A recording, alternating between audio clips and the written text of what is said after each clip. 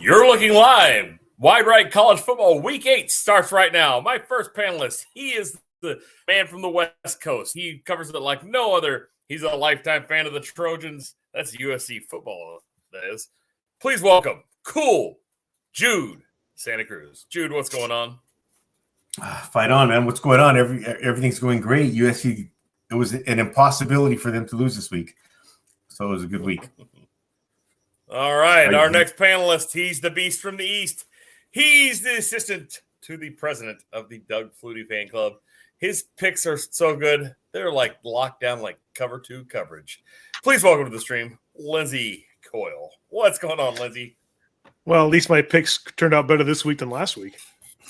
Well, we broke even this week. We broke even. Last week, lost our shirt. There's still a couple of games. I had to wear a different shirt today because last week's picks were just not that good. They were bad. Well, the Alabama game's still going on. Mississippi State has them right where they want them. Anything could happen with 3:24 left. 3:24 left, and they're only down 30-0. That's an onside kick. One deep pass in the end zone. They're right back in this thing. And this is a great game going on Fox right now, though. K-State and TCU. Yep, TCU just took the lead on K-State. So we'll talk about that while we're kind of going along here. Yeah, they took the lead because I picked them to win.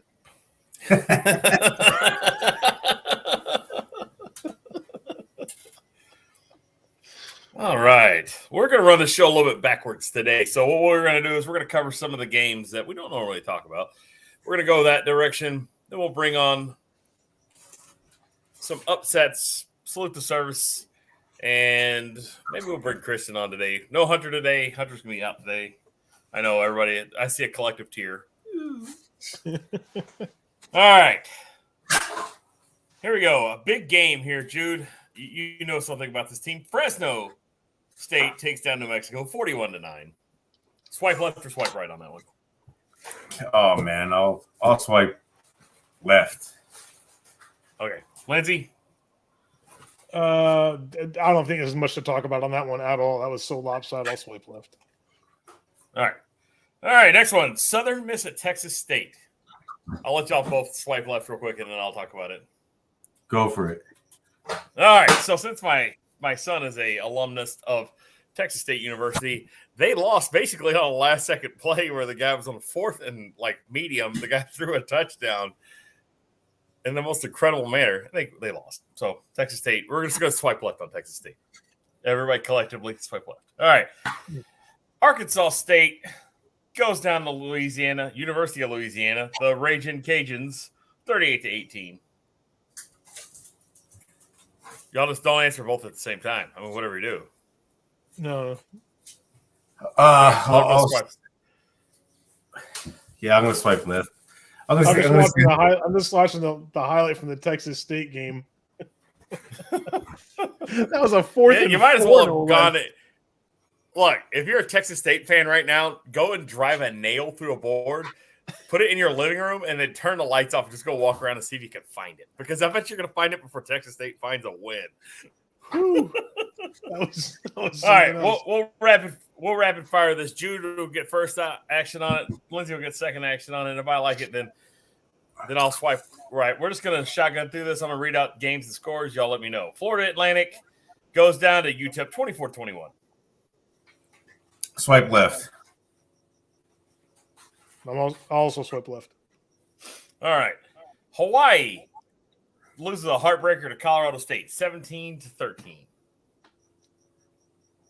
I'll swipe right on that one. Man, all right. Hawaii and Colorado State, I honestly think that had a chance to be a game of the week, WEAK. I mean, if any games would have this week, it would have been that one. So I'll say if it was a heartbreaker, sorry to Hawaii. Get yourself a quarterback. You guys need June Jones back or something because you guys haven't been relevant since he left. Lindsey? I'll swipe left on that one. All right. So if we have a candidate for a game of the week, and that's the WEAK, we have Stanford visiting Arizona State. Stanford pulled off the stunner, winning 15-14. I'll let Jude comment here. I'll swipe right, just like I say, Joey Preciado. What's wrong with your team, dude? Why are you an Arizona State Sun Devil fan? Is it just to get on my nerves every year that when they play SC hard? No coach, Stanford. I don't know what's up with David Shaw. I think his dominance in coaching was because Harbaugh had Stanford at the top of their game. So he had 4 years with Harbaugh players, well, consecutively. His fourth year was Harbaugh's last year of players, and they were pretty good players. So that's why he had a 4-year run. And if you've noticed, since he's had his own classes, every player on his team now is a player that he recruited. They haven't been the same. So I think David Shaw was an overrated coach, and NFL teams are glad he passed on the hire. All right. Back to you, Cass. Back to you, Cass. I kind of wish I saw this game. It would have been an interesting one. Arizona State didn't allow Stanford to score a touchdown, somehow found a way to lose the game. It was just missed opportunities. And with 3 seconds to go in the game, Elijah Badger wasn't able to stay in bounds on a 42-yard catch. He was out by just a toe. And they had chances for sure, but it just didn't have what it took to bring it home. All righty. Next one we got here. Missouri gets the big win against Vanderbilt, 17-14. Jude. I'll swipe right. Man, that's an SEC battle, and regardless of whether they're the bottom barrel of the SEC teams, I think that teams like Missouri and Vanderbilt could probably compete in the Big 12 or maybe even. That's just how I see it. But other than that, I'll give it up to the next guy. Let me say hi to some people in the chat. All right. We got Christian. Hello, Christian. Pat Paulson's in there. What's up, Raging Cajun?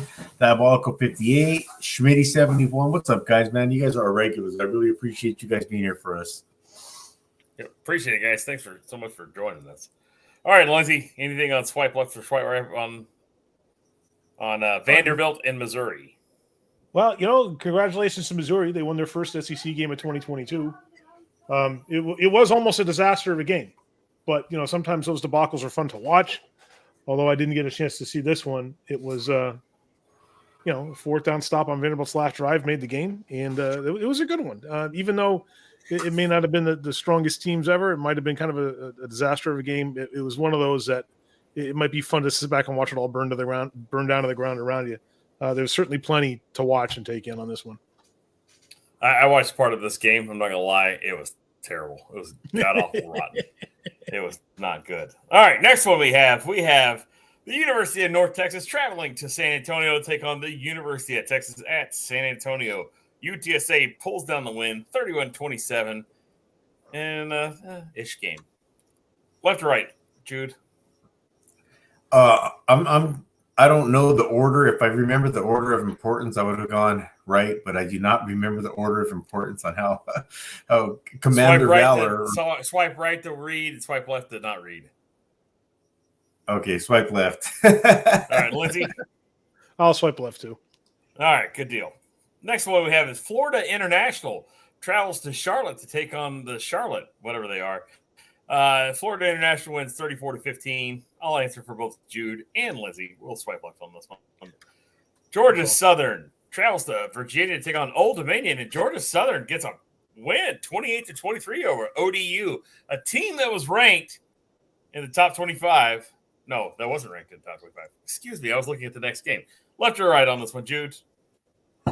I'm sorry to everyone that's here to get my feed on these games this week. I'm going to have to swipe left again. Lindsay, on to you. Yeah, as much as everyone wants to hear my take on this game, I'm going to swipe left too. Sorry. All right, good deal. The next one we have is Marshall travels to Virginia to take on James Madison. I finally get it right. And Marshall gets to win against a team that was ranked earlier in the season. Marshall 26, James Madison University 12. Jude. I'll swipe right just to ask a question. Is James Madison Division One, or are they just one of those teams that are? No, they are a new Division One program. Oh, okay. Well, okay. Congrats on them, man. Smart kids playing good football. I like that. Back to you, Cass. Lindsay. Well, you got to hand it to Marshall. They didn't allow a point after the first quarter. So strong defensive effort on their part. And that game, I kind of wish I saw a strong defense like that playing, because that would have been a fun game to watch. I'm a fan of defense, even though I like a good shootout every now and then. Something about a really staunch defense holding a team down would really, really resonates with me. And I kind of wish I watched this one, because they put up the kind of performance I would have enjoyed seeing. All right. Well, let's move on. I'm gonna read them out. Y'all just let me know if you want to hear it. I'm gonna read out scores. We got to move a little quicker. Western Michigan at Miami, Ohio. If you like defense, you found out this one. The total was Western Michigan 16, Ohio 10. Left. Says you. All right. Next one we got is Northwestern at Maryland. Maryland wins a squeaker 31-24. Northwestern has one win on the season, and I think it's Nebraska. I'll let Schmitty71 answer that question for me. What's up, Left Schmitty? or right? Oh man, we have people dropping off by the second.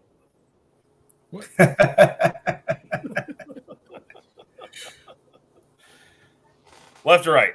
Let's go. I'll go left. Lindsay. I'll take left. All right, good deal. Purdue at Wisconsin. Wisconsin gets to win 35-24. I'll go right. Wisconsin is gonna bounce back from this mediocre season that they're having, because Wisconsin is always well coached. They've always got a stout offensive line, and right now their line is a bunch of underclassmen, and they're playing average football in a good conference good conference or league. So give them 2 years, and they're going to be a top 10 team battling for a Rose Bowl spot or possibly a national title game again. So, I like the prospects of them holding on to Jim Leonard. I think he's probably going to be the next coach at Wisconsin. He's really well liked. So yeah, I think so. Christian says, "Well, y'all better start commentating." Well, all right, we're gonna go rapid. We're gonna go rapid fire on this one. We're gonna alternate between the two panelists other than myself, and I'll just have them swipe left or right. I'll read out the game. That way we can get through it a little bit quicker. Let's go. Rice at Louisiana Tech. Rice wins this one in overtime, 42-41. Lindsay, left or right? Left. All right. West Virginia at Texas Tech. Texas Tech just mauls West Virginia, 48-10. Jude, what do you think? Left or right? Right. Texas Tech's a good team, and that was something that I expected. That pretty much ended the way I would have expected to, and Texas Tech's probably going to be a bowl game this year, so good game, good win. I think it probably signaling the end for Neil Brown at West Virginia. All right, UNLV at Notre Dame. Notre Dame gets the win, 44-21. Lindsay, left or right? I did not see that game. I'll go left. All right.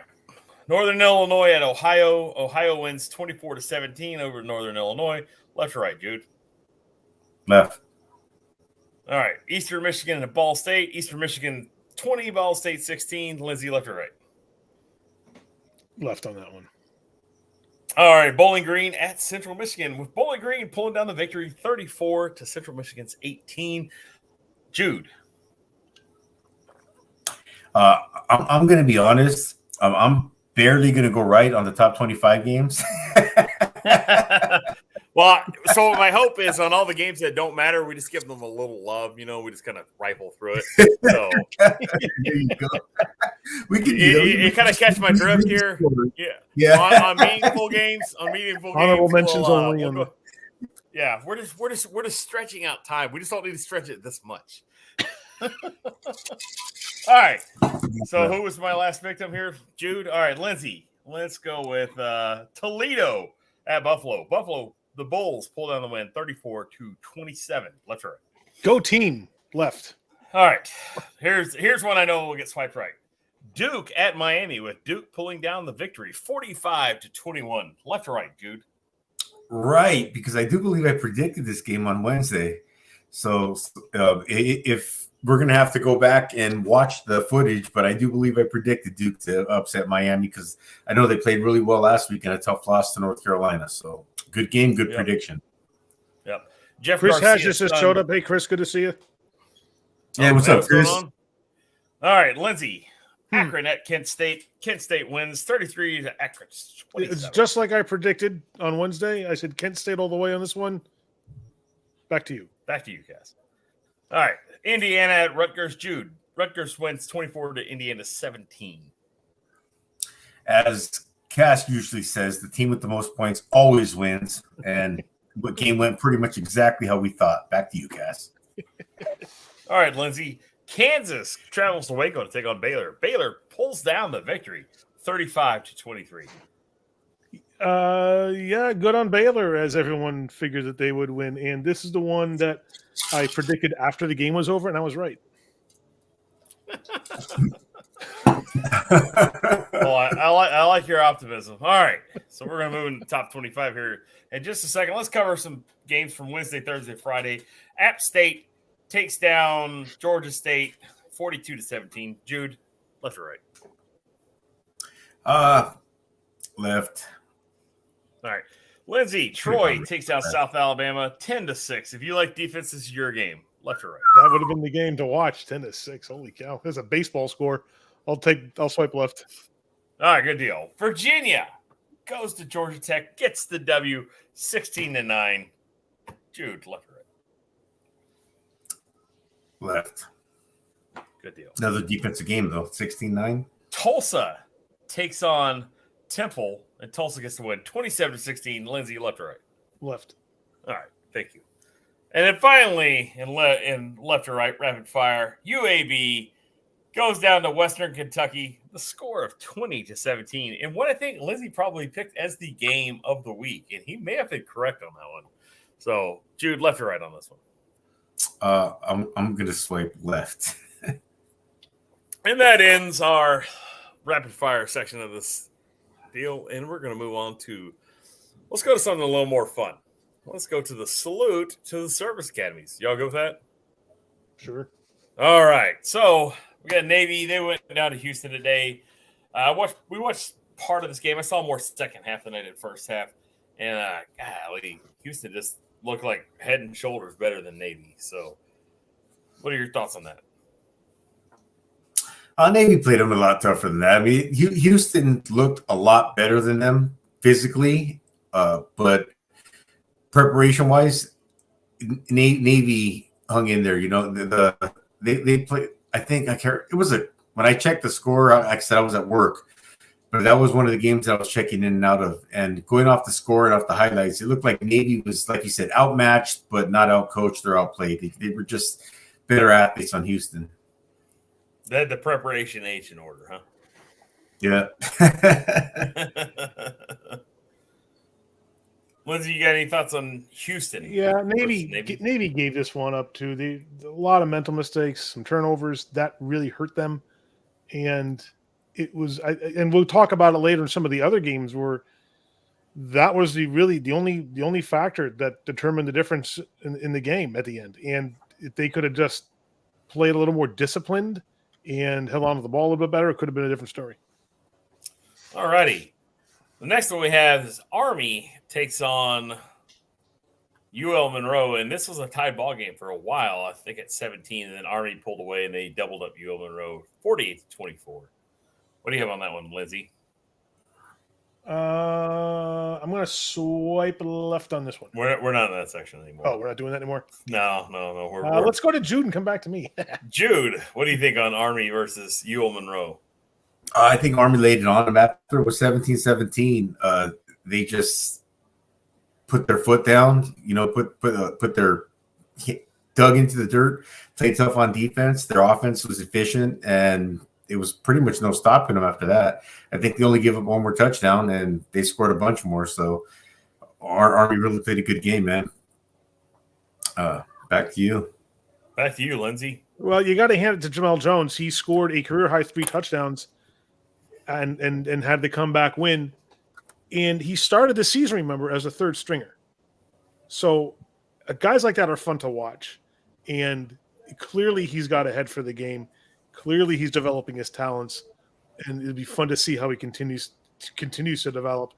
And I think you really got to hand it to him that he brought his A game and is growing rapidly. So good for him, good for the team. All right. And then as far as our Division I salute to service college football teams, we have Air Force losing a heartbreaker to Boise State 19-14. What do you got on one, Jude? And we talked about that on Wednesday. I think, if I remember correctly, you or Christian, you or Hunter were saying that this is a game. Boise State's not a good team. I mean, their record shows they're being a little bit better than what we thought they were. But none of us expected Air Force to lose this game. So it's I don't know, man. It's just tough. I mean, Air Force had a second quarter TD and a fourth quarter TD. Boise State just stayed consistent and ended up winning 19-14, man. I didn't catch a lot of footage. I'm reading stats, but those are mine. I thought for sure Air Force was going to win this game, and I thought Boise State wasn't as good as what I thought their record is. I mean, what do you guys think on that? You think that they're a weak 5-2 the way I do, or you think that they're a strong 5-2 and we were all just wrong? I think they're a weak 5-2. I think Air Force is they kind of sputtered, for lack of a better term, this week. They just didn't offensively. They didn't look like they had a lot of continuity. They just kind of struggled with moving the ball. I watched some of this game. It felt like the play calling may have been a little inconsistent. So I think Boise State is weaker than their record suggests. But in this particular game, Air Force usually has a good way of dominating the clock and time of possession, but the roles were a bit reversed this week. It was very equal time of possession, and Boise State really limited them in their rushing yards. They had 175 rushing yards, and there was a first half domination by their defense, allowing them just 84 yards by halftime. So you got to hand it to Boise State's defense. They really turned out for this one, and that's clearly what won them the game. And then finally, in Division III, we have the Merchant Marine Academy. They go down to Catholic this week, 41-33. Now, Catholic's one of those teams where you use them as a litmus test to see how they did, because they played pretty close with the Coast Guard Academy, getting the win over the Coast Guard Academy.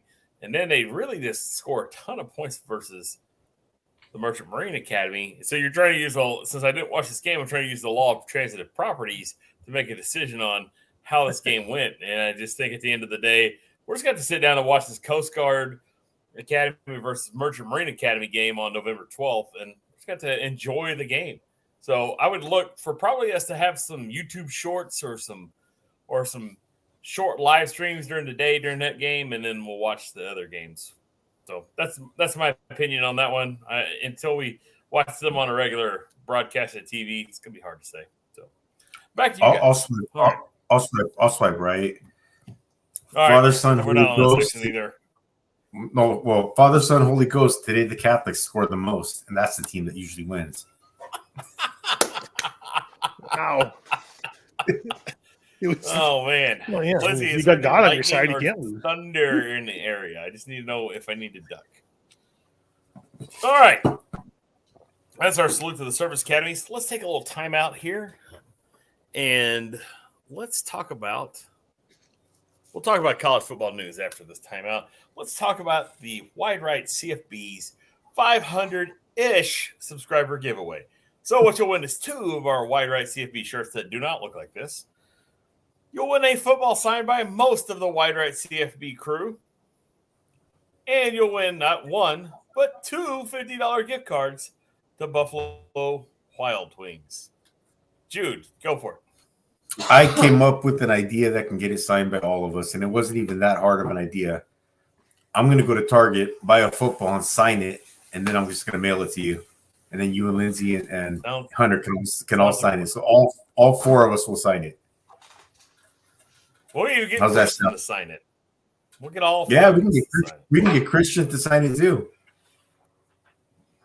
Absolutely. right, You know we'll what? do that. I apologize for not mentioning it because he's been a good part of this. He's probably going to come on here in a little bit. And Yeah, I'm kind of waiting on him. no one- Before you mail it off, can you bring it by USC and maybe have all the cheerleaders sign it? Hey, you want to hear a funny story about football cheerleaders? Sure. My cousin and I were at the Coliseum years ago. No, it wasn't a USC game; it was a pro game. It was the Bears and the Raiders in a preseason game, and we're sitting with this guy that's just like talking, and he won't stop talking, and he's telling us how his sister's he knows all the cheerleaders from USC from the Raiders because his sister's used to be a cheerleader and now she's a coordinator or whatever you call it. What do you call the person who makes up the dances and all that? I don't know what the name of that is, but Stripper. but anyways, he's kind of annoying, and we're like, oh, dude, like you got to leave us alone, bro. But we're trying to be polite, so we're talking to him like whatever. End of the game goes. My cousin wants to go see the Bears and try to get some autographs. So I mean, we're young. We're probably in our very early 20s or maybe teens even. So we're sitting there, and the guy follows us all the way out there, and he's sitting there still talking to us, and we're like, oh, dude. And all of a sudden, this knockout girl's walking up this aisle, and he's like, oh, come over here. And he calls her over, and she gives him a hug. He's like, hey, guys, this is my sister. And we're like, oh, hey, how you doing? What's up? And then all of a sudden, Marcus Allen's walking, and she calls Marcus Allen over, and she starts calling people over. Now we're like this dude's best friend. Hey, yeah, we were hanging out with him all game. What's up? Get the guy. I mean, we thought he was this annoying dude that was just lying to us. All of a sudden, it was like, whoa. she got like 6 or 8 or 10 Raider guys to come over. He was just looking for a friend. Yeah, it was funny, man. He was just there chilling in the middle of nowhere because we had nosebleed seats, so we were just chilling at the Coliseum, and he wasn't BSing us at all, man. It was all true. So it was a pretty funny story. Well, I was kind of surprised, when the Raiders moved from Oakland to Las Vegas. Most of the Raider fans aren't allowed to leave state lines with the the felonies or the ankle bracelets on. So. And Pat Paulson says an annoying fan at a Raider game. Say it ain't so. I know, hard to believe, but there it is. Like you found the one annoying fan.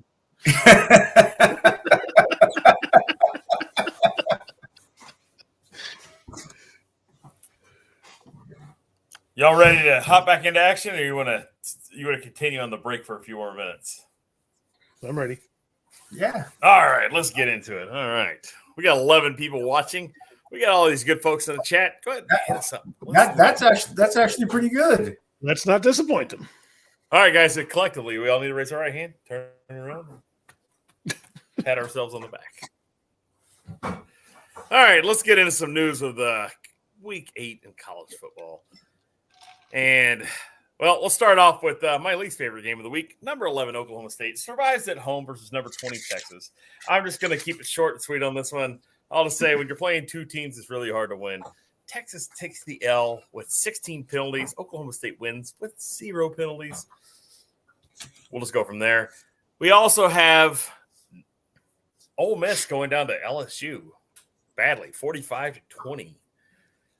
Alabama is currently blanking Mississippi State. I don't know if that game's gone final yet. And Clemson puts in the backup quarterback and survives against number 14 Syracuse. Now, what are y'all's opinions on number 14 Syracuse giving up a heartbreaker at number 5 Clemson late in the game versus the backup quarterback? I think that if you guys want to make money on college football, listen to Lindsay, not me, because everything I say seems to be 100% off. I thought that Syracuse was the most overrated team in college football, and I said that what do we call that? The pretenders game. I definitely thought they were a pretender, and they proved me wrong. They played a tough game, and it was a heartbreaking game the way they went down. I think it was late in the fourth quarter. They still had the lead. Or middle of the fourth quarter anyways. And DJU got benched and they brought in their backup. And I don't know if that's going to start a quarterback controversy at Clemson. The coaches all say it's not. Dabo said, nope, he's our starter. He was struggling today. Today wasn't his day. And that's why we have, players to step in and play well. We recruit good players. The offensive coordinator for Clemson said, no, absolutely not. He's still our starter. I talked to coach. He's like, it was just something we needed to do today. He's got to clean up some of his mistakes. I'm sure if Hunter was here, he'd be talking about bad DJU because that's something he talked about a lot early in the season. We thought he turned the corner when he had those 3 big games in a row, but we'll see what happens. Clemson, I've early in the season, I said they were a pretender. I picked them to lose, I think, 3 weeks in a row.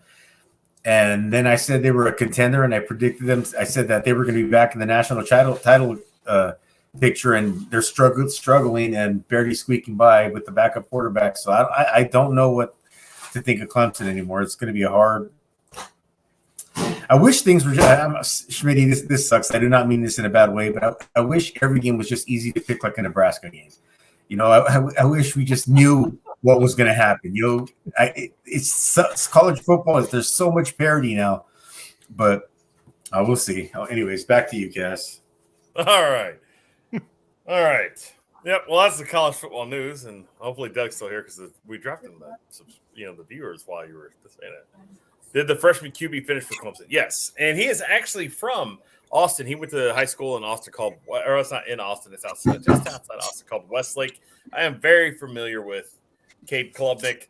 He looked very good in high school. He looked pretty good today. He looked like a freshman. Obviously, he didn't play, tremendous. I mean, the team did win, but they won on the feet of Will Rogers, not necessarily on the arm of Cade Klubnik. Now, Klubnik did complete a couple passes that were meaningful, but past that, it was ish. All right.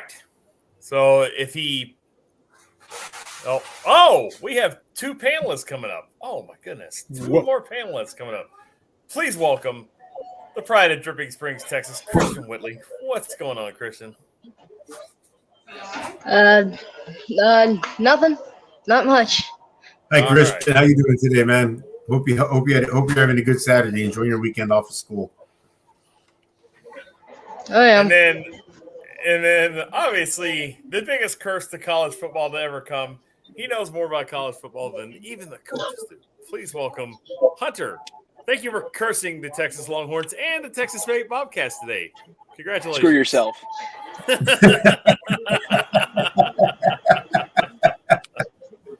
What's up, Hunter? All right. So I would rather curse every team that I picked except for Texas and Texas State. Anthony GM85. What's going on, Anthony? Thanks for joining us. We have Pat Paulson in the chat. We got Doug Schmidt in the chat. We got Chris Hodges in the chat. Christian was in the chat earlier. Now he's with us. We have Raging Cajun Garage with us. Diabolical 58. And that's about it. Guys, thanks for watching. Thanks for joining. Does someone have a TV going in the background? Yeah, Christian, you got to turn the TV down.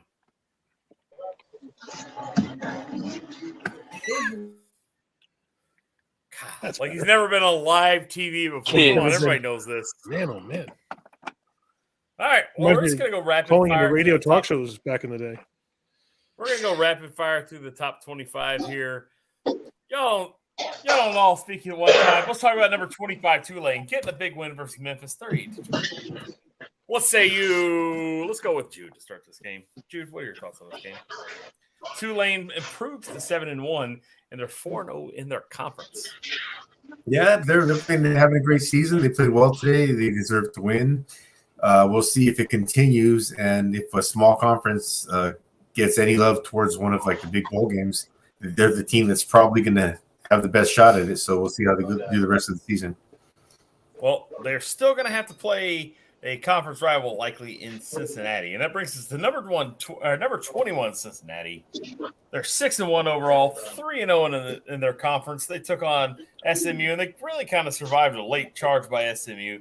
They ended up getting the win, 29-27. Now, I know somebody that knows a little bit more about the American Conference than I do. Hunter, what are your thoughts on this one? Cincinnati, SMU. SMU fought hard. I believe they missed a 2-point conversion to tie the game up at late. SMU, you're just trying to build right now. If you're Rhett Lashley, year one, there's a lot of rumors that this was not going well. The players were leaving the program. So, you hung tough with this second, maybe third best team in your conference. And kind of to defend that point, UCF right now looks like the best team in the AAC. So Tulane, if they want to be the team that they want to be the G5 that makes the NY6, they got two, big dogs in Cincinnati and UCF to go through. We'll have to see. Those are your three heavyweights in the American right now. SMU is just nothing. Nothing's impressing me with them. You just got to build for next year, really. That's all y'all got to do. I mean, like I said, you can hang with everyone in your conference. It's just Rhett Lashley's got to get a little bit better about his game time decisions. They also lost Tara Mordecai for part of the game, and that didn't help. SMU is just kind of like a up and down for them. All right, we got number 13 Wake Forest hosting Boston College. Lindsay may know something a little about these Boston College Eagles. Wake Forest is 6-1 overall, 2-1 in conference. Boston College is 2-5 overall and 1-4 in conference. And it looks like Boston College really couldn't muster anything the whole day, and Wake Forest has really put them on them. What do you have to say about that, Lindsay? This is my surprised face. It looks like your sad face. Not to rub it in, fellas, but the final score of this game was 43-15 Wake Forest. My prediction was Wake Forest to win 42-17. That's insider trading. You're from Boston. Do I have a time machine? Maybe I do. But this was, Well, if you do, we need to travel to some recent past and fix a few things. Well, nobody was surprised by the outcome of this game at all. I think it unfolded exactly the way I thought it would, and I'm sure a lot of other people as well. Boston College is out of their league when they're playing a team like Wake Forest. They've got Wake Forest has this top talent. They've got a terrific quarterback. You're not going to stop Sam Hartman when you're BC. That's just the way that's going to go. So, it's not really worth, I don't think, diving too much into the details of this because it was lopsided from the beginning, and it stayed that way throughout. So, no surprise there at all. All right. Our next game up there, we have number 20 Texas going down to Oklahoma State, 41-34. I'm going to go ahead and take this one. Texas came out, looked impressive in the early bit. Mistakes late and penalties really cost them throughout the game. They didn't score in the fourth quarter. They lose to an in-conference rival. Pretty much eliminates them from the Big 12 championship hopefuls.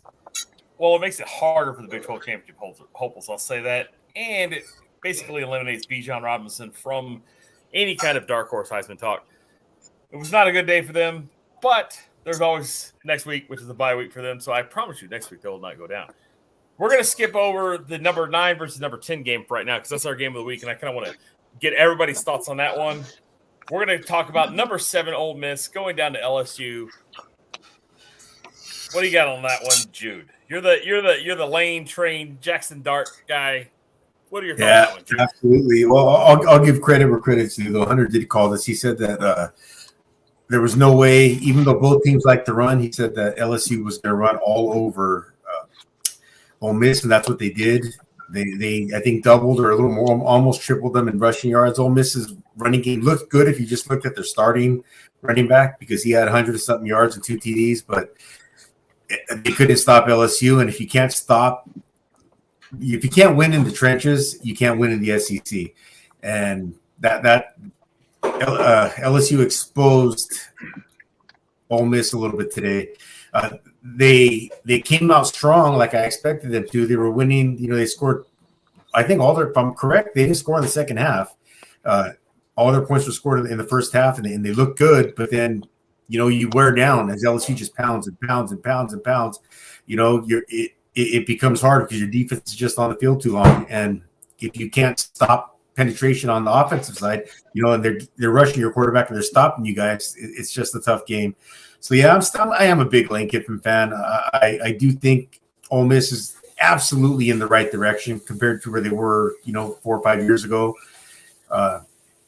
And he's I'm not even going to say he's going to turn the program around because I think he has. Because in 3 years, I think he was 6-6 with the bowl game, 10-2 or 10-2 or 10-3 with the bowl game, and he's obviously 7-1 right now. So Ole Miss is back, or I'm not going to say back because I think another thing that Hunter said last week is they're not a perennial dominant team that's going to keep up with Alabama and Georgia, but for every 4 years or so, as their juniors and seniors are their upperclassmen have had time to develop. But tough game, tough loss. Kudos to you, Hunter, man. You totally nailed this game right down to a T, man. You should have probably talked about it.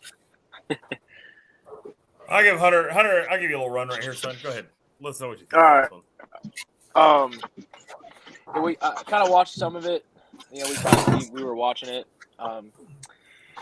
And really, it was just kind of how I expected it to play out. Maybe not this bad. I think my score was like a couple points difference, not an absolute beatdown. But Ole Miss hadn't been tested in terms of fighting or playing a really, really good defense that had the athletes like LSU has on the offensive side of the ball. Because for LSU, it was just the minute their athletes got in space, you saw that they had better athletes. That's kind of like the thing with LSU. Historically, you always know that even if they stink, they have some of the best athletes in the country on that field. And they just chiseled away at Ole Miss, and eventually the dam broke. And towards the end, LSU just basically, it was, every run was 10, 15 yards, 10, 15 yards, 10, 15 yards. And it just marched down the field, touchdown. Ole Miss would just come back, make a big mistake, 10, 15 yards, 10, 50 yards, touchdown. I mean, it was just like every coach's dream of running the ball. And, you just can't play small ball with Brian Kelly. The guy built Notre Dame, rebuilt Notre Dame using that style of football. You don't go play someone in there, that's a maestro of it like that, because you're going to see what happens. And Brian Kelly Jim did that style goes. Go ahead, Jude. No, I said Brian Kelly did that at Notre Dame, where they have way higher academic standards than they do at LSU. So he's going to be able to get a lot better athletes. Some of those guys that couldn't get into Notre Dame, and LSU is going to be a strong team again. They're just going to be a good team. They always have been a good team. I mean, they just won a national title a couple of years ago with Coach O, but looks like they're definitely back. It's just it's like that old Jim Croce song goes: "You don't tug on Superman's cape, you don't piss into the wind, and you don't mess around with him." And with him, it's in Brian Kelly. So that guy will find a way to win. All right, next game. Let's talk about number 6, Alabama defeating Mississippi State. Now I had them blanking Mississippi State earlier. Mississippi State got they scored 6 points in the final quarter. Was never a close game. Alabama was completely dominant in this game from start to finish. I'll leave this up to the panel for discussion. We'll start with Christian. Christian, what are your thoughts on Alabama beating Mississippi State 30-6? I did not get a chance to watch that game. Back to you, Cass. All right. Next, anybody else want to take a stab at this game? Well, did anyone have a running game in this one? I mean, This guy. they're like Mississippi State had 62 total yards, but Alabama had 29 total yards on the ground. It was all in the air on this one. I gave Mississippi State a little too much credit for their offense. I said that I thought they were going to score. What did I say? I thought they were going to score 24 points, but I was wrong about that. They just didn't show up. The only points they put on the board were during, I think, the last 4 seconds of the game. It was a laugher all the way from the word go. So I had this game, unfortunately. And what's that? I had it as my upset of the week. I thought that Alabama was going to go on a 2-game losing streak. I would have agreed with you if Mississippi State was maybe a top 6 or 7 team, because I don't think Alabama's going to do well once they're up against more quality opponents. And we saw that against Tennessee, and we saw that even the first week we saw that against Texas. They're going to have a hard time because of their proclivity for committing penalties, and that's going to hurt them because they have not been able to change that since the season began. I don't expect to see it change anytime soon. Although, they did only have 3 penalties today for 20 yards. But again, you got to look at the opponent they were against, who can't exploit that, which is their biggest weakness. So we're going to see that change, I think, as they get 2 games where they're playing better and better opponents. And when they're playing better and better opponents, you're right. That's when they're going to commit the penalties, because when they're dominating the team, you don't have to hold a defensive end because you got him blocked properly. You don't have to hold or grab a wide receiver because he got by you when you're on defense. Penalties happen when you're playing better teams, and you're right. So we'll see what happens when they play Georgia or who knows. We'll see. Well, All Alabama's right. remaining schedule is not horrendous. I mean, they play LSU in 2 weeks, so that's going to be exciting because it's going to be in Baton Rouge with a rockin' Tiger squad. But for Alabama, fun fact: Nick Saban hasn't lost back-to-back games since 2008 when they lost the SEC championship. Then they lost their bowl game. So this is not, they don't lose back-to-back games, and they certainly don't lose to Mississippi State ever under Nick Saban. I think the probably last time they lost to Mississippi State when Nick Saban was the coach was probably 2006.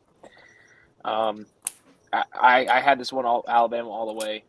I thought their offense would be a little bit more explosive, but they dominated Mississippi State. They did what they needed to do to win. You got a week off, and you go ready to go play a hot Tigers team. All right, we got number 14 Syracuse goes down to number 5 Clemson. Clemson remains undefeated. Syracuse takes their first L on the year. Syracuse doesn't score a point after halftime, and Clemson's able to put in the backup quarterback, score 17 unanswered in the fourth, and find a W. Well, I wasn't surprised. Did you have this game picked, Lizzie? I had Syracuse on my list of pretenders this week. I thought they were going to lose 38-28. Score was 27-21. But, Clemson got it together when they needed to. And they overcame a lot to get the win on this one. I like seeing – it's one thing – and it's cliche for teams to say, well, we overcame a lot of adversity to win this season or whatever they say. But they really had a lot of adversity in this game. And to see them overcome that was a lot of fun. I think that they did a really good job when it mattered most, and that is the sign of a true winner. And they're 8-0 as a result. Cade Klubnik. Yeah, we talked about. I talked about this game a little bit earlier, so I'll swipe. We're not on that section, but I'll swipe left because I had my say on this. All right, we go up to number 3 Tennessee. They take down UT Martin 65-24. UT Martin scores 17 points in the second half when basically the third and the fourth stringers are in. This game is over after the second quarter. Tennessee was up 52-7 at halftime, and they basically pulled out all their stars about the middle of the second quarter, and they just coasted to a easy victory. It's basically like having an off week and getting the depth some reps instead of going out there and risking anything. So I'll let Lindsay roll his eyes at me, so I'll let him start first. No, I think this game was more of a scrimmage than anything for Tennessee. And to see Hendon Hooker playing at the level he is right now is awesome. I am looking to him now more than ever on the Heisman watch list. He's been on my weekly list for a while, and he's only gone up in my eyes now after watching him today. He's awesome. He's got tons of talent, knows how to put together, and a great team around him. Their first game as an AP top 3 team in 6. Hey, Anybody else want to tackle anything at Tennessee and UT Martin? no, neither did UT All right. Martin. Yeah, they didn't want to tackle either. All right, let's talk about number 2, Ohio State, taking down the Hawkeyes from Iowa, 54-10. Now, I know Jude will have something to say on this one. So, Jude, let me hear your thoughts on this Ohio State versus Iowa matchup. It's kind of how I expected. I did predict a lot of points from Ohio State, and very little points from Iowa. One thing I have a question about is if it's a sold out game, but one fan needs 3 seats, is it really considered sold out if you had to buy 3 seats to watch the game? Sure. I don't know. Oh, anyway, that was just Was there a great big person in the crowd? yeah. that's what I'm asking. But yeah, I'm just stoked. I mean, I don't even hate the Hawkeyes. I just hate their offense. They have 0 offense whatsoever. I don't know how they put up 10 points against. I mean, they have a great defense. Was it a pick six or something like that? How they get 10 points? They got a pick in deep, and they scored off of it. So, you know, for storylines here, everyone's talking about how Sam Petras is the worst quarterback in college football. No, we found the worst quarterback, an even worse quarterback. He's the guy that backs up Sam Petras because he threw 2 picks to Ohio State too. I mean, you're a top program in the Big Ten, right? You're a top 4 program in the Big Ten, basically. How can you not recruit a quarterback?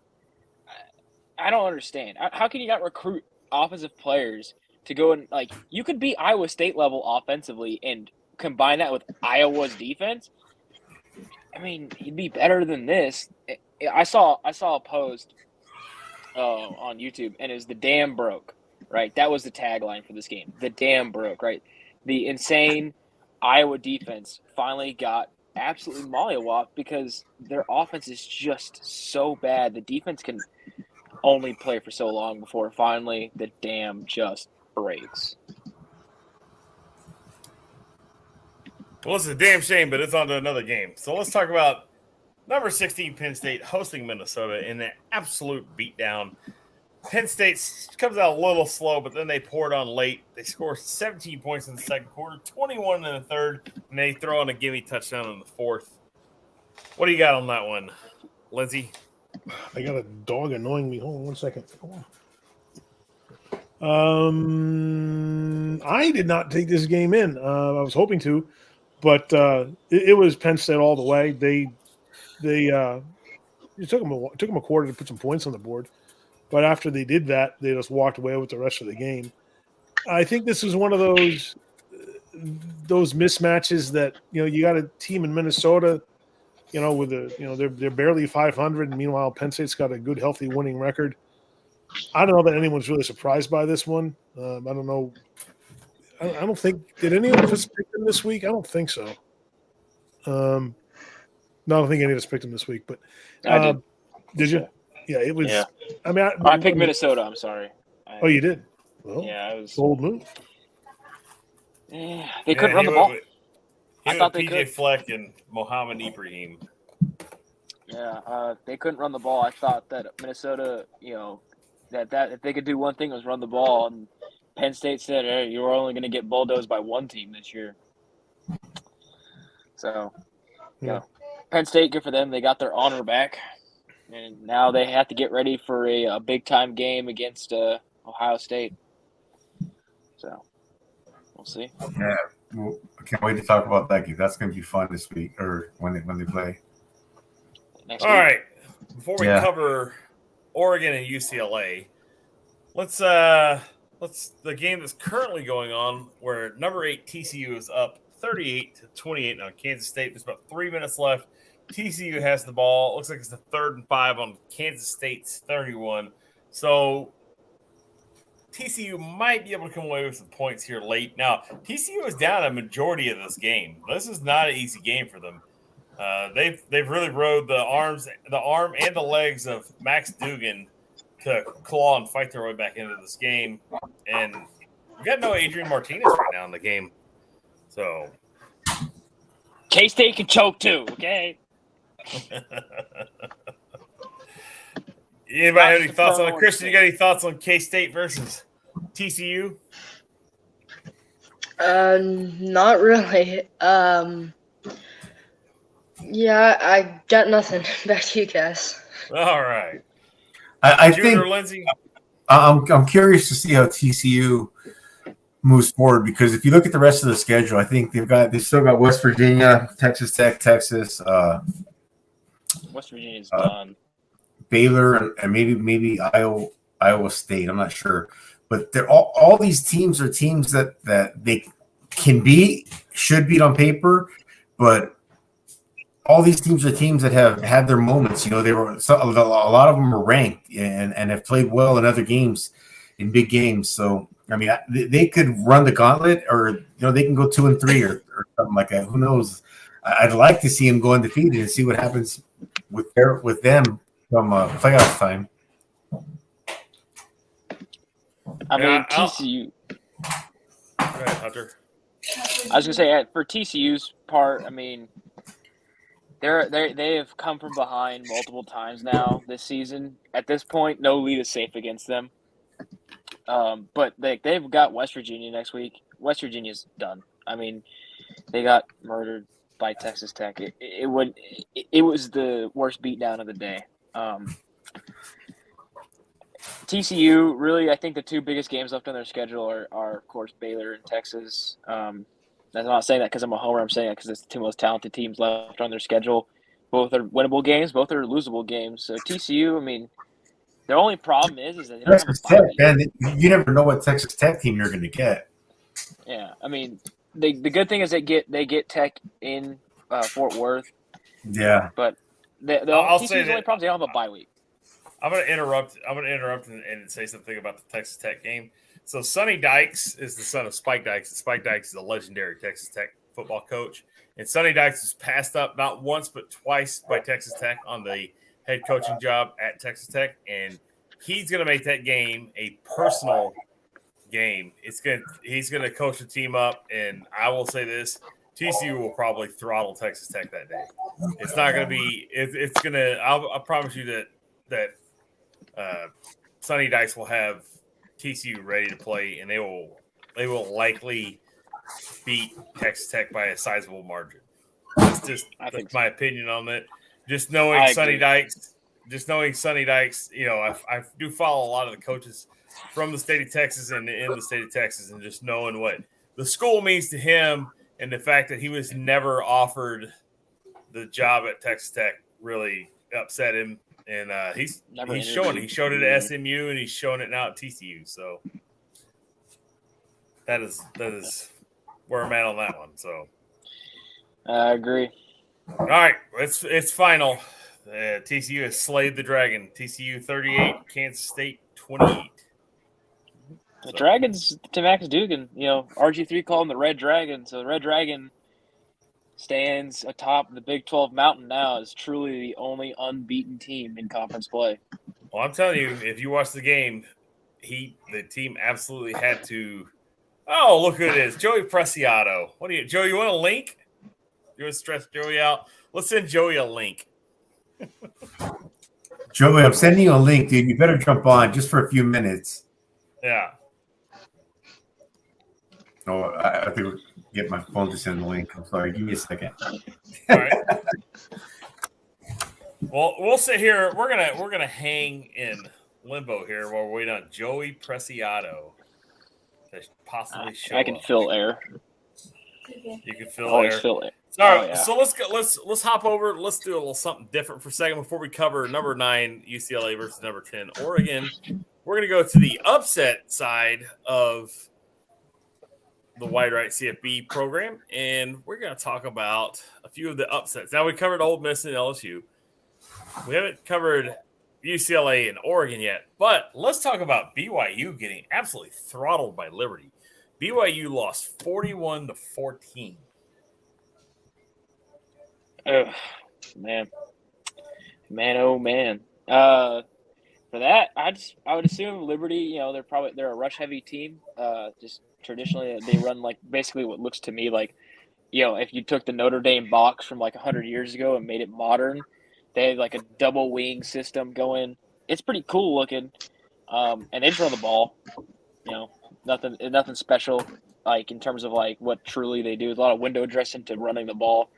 And they ran it down BYU's throat. And BYU, I think that, for BYU, they go to the Big 12 next year. And right now, you're looking like you might show up to the Big 12 and only win 3 or 4 games. because it's just like the minute they handled Baylor and they've gotten beat up pretty much every week since. They barely beat a Utah State team. Utah State stinks and does not have nearly the athletes BYU has. BYU put themselves in the schedule to say, "Oh, okay, this is our this is our prove that we're really good and we can compete with big time college football." And right now, it's telling me that it looks like a Mountain West team that's entering a Power 5 conference, and it does not look good. All right, and finally, let's talk about the big game of the week in our opinions. Number 9 UCLA goes to Eugene, Oregon, and they basically get kind of shellacked. They lose the game 45-30. Now, I know they scored a couple late touchdowns, and they were kind of felt like gimme touchdowns. It's unfortunate. I was hoping for a better game, more of a shootout, and Oregon's defense is looking more and more and more for real every week. Now, the guy on the West Coast, I gotta ask. I just gotta know, Jude. Give me some numbers on this UCLA Oregon game. 45-20. Bo Nix played a good game. The score wasn't as close as it appears. I mean, it wasn't really close by the score, but it was worse than that. There was I think a late gimme touchdown that made the score look like what it was. But Oregon just sucks that they're starting to run their game the Oregon way right about the time they're getting ready to play SC. So we'll see what happens. But yeah, I've got a confession, man. The Astros were on again today. I spent 3.5 hours watching the Astros game, so they were. Didn't get a chance. You have 4 Astros fans on this panel, and Lindsay's. Oh, nice. So, nice. Christian's an Astros fan. Hunter is, and so am I. So. Oh, that's awesome. Lindsay's actually a Yankees fan. Yeah, I know. I'm very seldom surrounded by co-supporters of the Houston Astros. So Lindsay he's a walking conundrum, right? So Lindsay is a Yankees fan, but Lindsay, would you like to tell everybody in the YouTube land where you're from originally? I grew up in Boston, Massachusetts, home of the Red Sox. So the Red Sox, baby.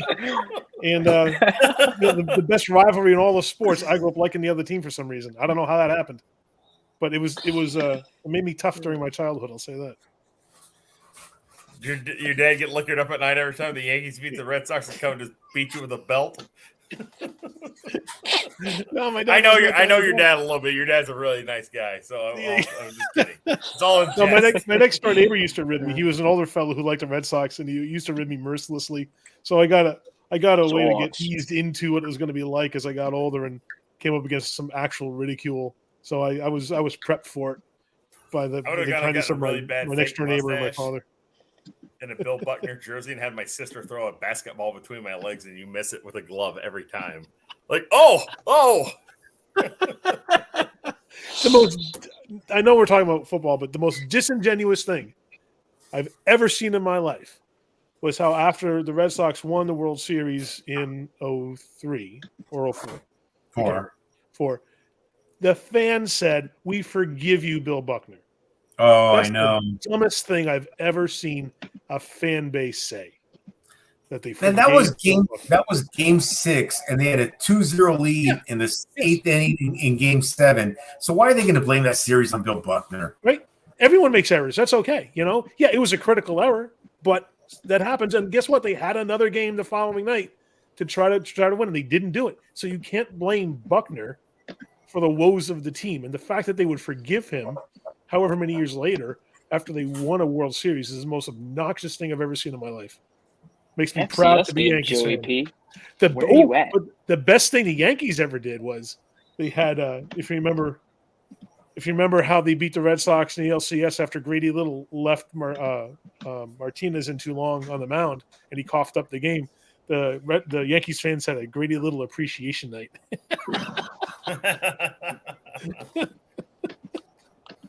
All right. I thought so it was we're back cool to that college Wade football. Boggs actually got a World Series ring with the Yankees, after he left the Red Sox.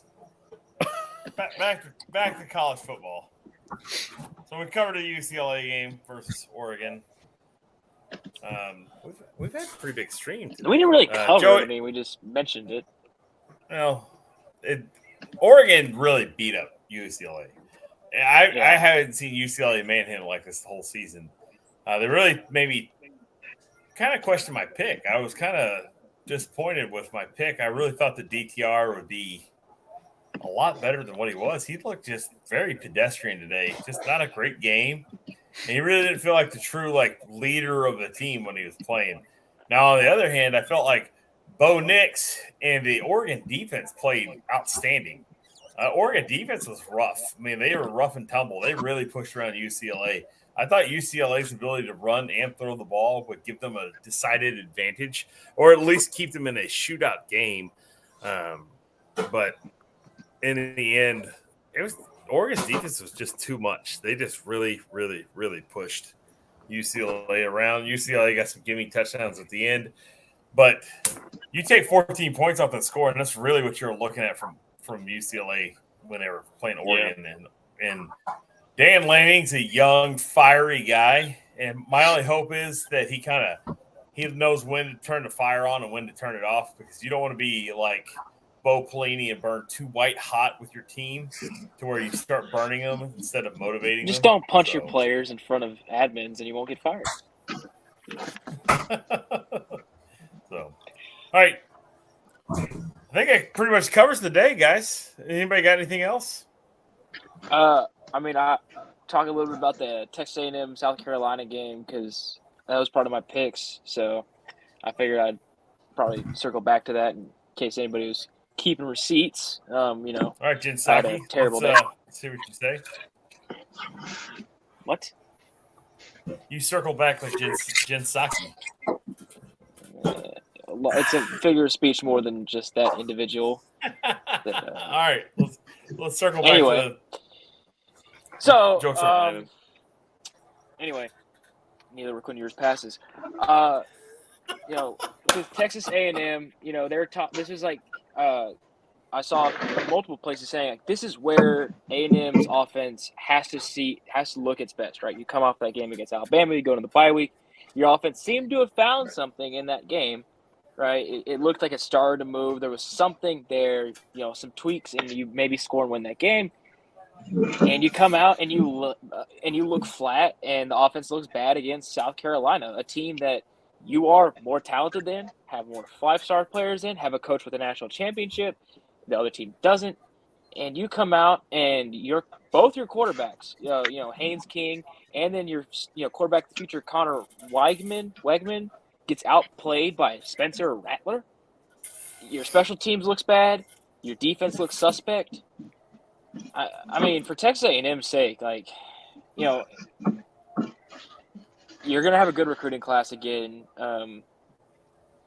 All these different things, but man, it's just no team. If I'm an SEC West team, I don't fear Texas A&M until they get a real offensive coordinator, because really at the end of the day, it's just the offense is so flat. It's so hard to watch because really the only thing I have is Devin Achane. If I'm Devin Achane, I'm sitting there like, man, I could be a number 1 overall draft pick if I played in anything that gave me the chance to look good. So I don't know. With A&M, it just seems like they're just really mightily struggling. And now LSU looks really good. I don't know, but I'm kind of disappointed in how flat A&M looked. Even though I picked them to lose, I still like seeing good football. And man, it's just seems like every time that team takes the field, it's just not good football. And then for other Texas teams, it seems like the only teams in Texas that could win today were Baylor and TCU. So good for them. Good for those two teams. The private schools won. The state schools snuck it up. Texas State had to lose on a last-minute play, which was just dandy. And Texas had to, choke. And then A&M had to look stinky. So, Iowa and A&M may be competing for least inspiring offense. I'll say that. Texas State's just competing for a new coach, and Texas is, flip 27 coins and, 37-27 dice, and then we'll figure that one out. All right, we're gonna hop into some comments real quick. Doug Schmitty71. Doug, he shouts out Husker volleyball 18-1 after taking down Illinois tonight. So everybody, congrats to that. One time. Congrats. One time. All right, Joey Preciado. He's at a FCS football game, or he's not. I'm not sure. But Joey, at Let's least look he at the tuned in FCS. to watch. Let's look at the FCS here. Let's see. What's the FCS looking like? Sam Houston State's lead Utah Tech 18-3. Joey lives in Northern California, so that'll narrow it down.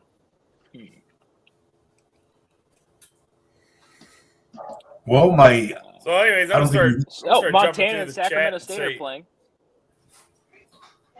Be at that one. Does he live near Sacramento? That's Jude? Northern California, as far as I know. yeah, he lives near Sacramento.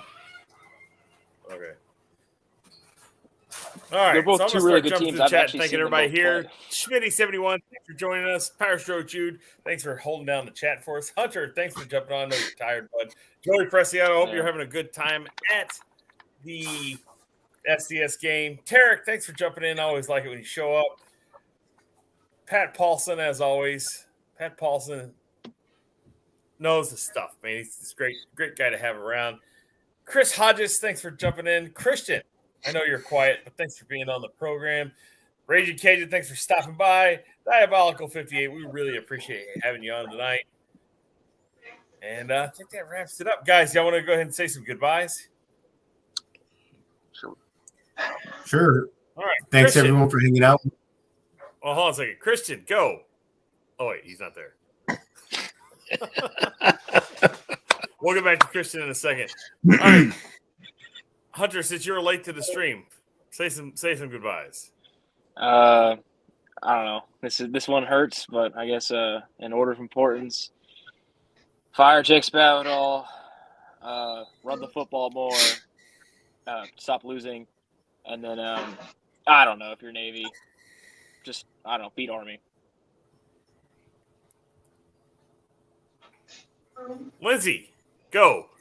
Thanks, everyone in the chat. It's always a pleasure to see you folks get involved and engaged and leave great comments and make jokes and ask questions. It's a fun aspect to what we normally do here, and having you with us every week is really helps our enthusiasm, and we do appreciate it. So please spread the word. See if we can get some more subscribers and more viewers, and we'll grow this as we keep going. So we're having a ton of fun with it. Glad you're all involved. Thank you again for joining us tonight, and we will see you on Wednesday. Christian. All right, so I'm going to brag on Christian for just a second. Christian, they installed some new football plays this weekend for his junior high football team, and he went out there and he really helped the team score a couple touchdowns last week, and they are playing their final game of the season on Monday or Tuesday. Which one, Christian? We are playing Monday. 8th grade is playing Tuesday at the high school, actually. So we're definitely going to that. Our whole 7th grade team is going to the 8th grade game. All right, good deal. What are you picking? You gonna win? Are y'all gonna win? You're gonna pull down the W for the last game of the season? This is a game against a team that knows all the same plays as us. They're the same team in our town, and I think that we will most likely pull out with the win. All right, Good luck. good deal, everybody. I'm gonna try. Good luck to Christian Sounds this great. week. All right, Mr. Jude Santa Cruz, you get a little parting. Yeah. Everybody, thank you for watching. I appreciate everybody in the chat that joins us and comments and participates and engages. I think it's a lot funner for you when you engage with us and we read and talk about comments. It was a fun week in college football. I am going to watch more college football, I promise. It's rough when you're a big sports fan and you got teams doing well in all different sports, you know. I mean, shoot, my Celtics are 3-0. My Astros are going to be in the World Series after tomorrow, and the Cowboys are 4-2. But that being said, just remember college football rules. You cannot spell SEC without the letters S and C. So until next week, fight on. All right, I want to thank everybody for joining us tonight. I want to thank all of our panelists for coming in. I know Hunter was tired. Christian was a little late to the show. Lindsay for jumping on and being our expert Picker, Jude for being one of my favorite people out there. And we really appreciate it. Remember, the team that scores the most points always wins the game. Thanks for watching.